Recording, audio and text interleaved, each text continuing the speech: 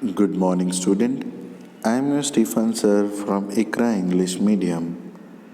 Today, I am going to teach you subject grammar, and today's our topic will be error writing.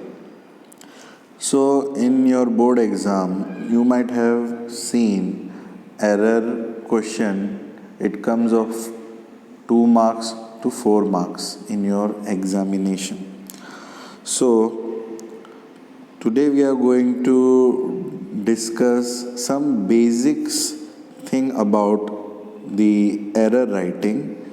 So, before we start our topic, first we should understand about the subject.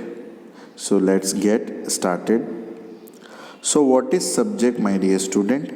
A person or thing that is being described or is doing something is called a subject.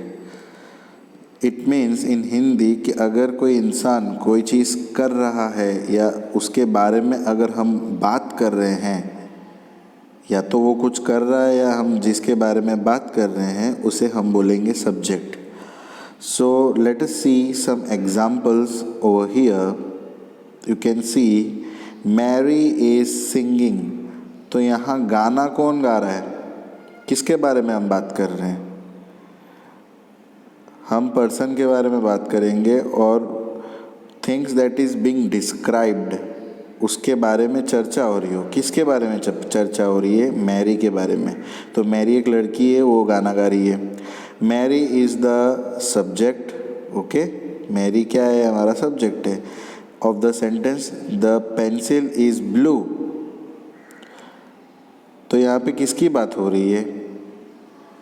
Pencil की बात हो रही है. तो pencil क्या है?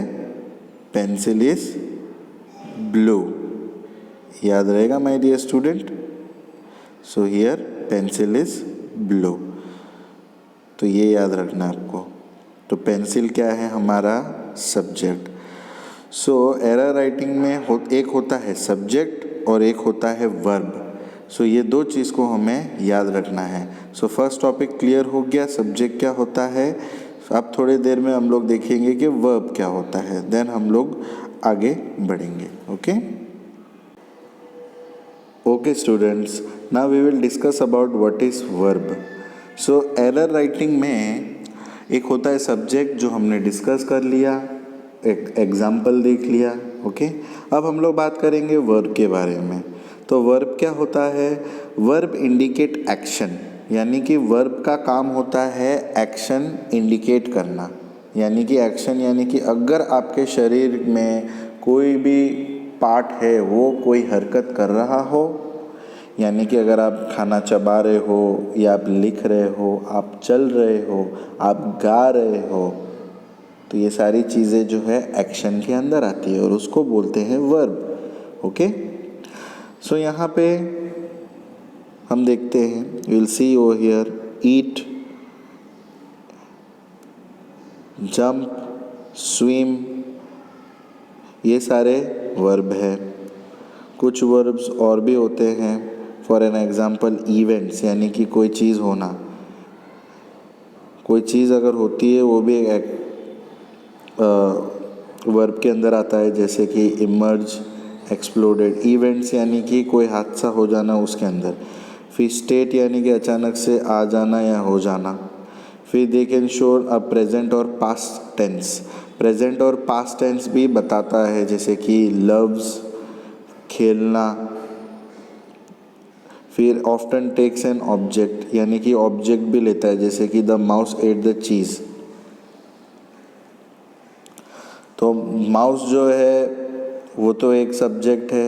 Eight जो है वो खाना होता है, तो ये ऑब्जेक्ट को भी लेता है. यानी कि इस केस में ऑब्जेक्ट क्या है? हमारा चीज़ है. माउस क्या है? हमारा सब्जेक्ट है. और ये जो वर्ब है वो क्या है?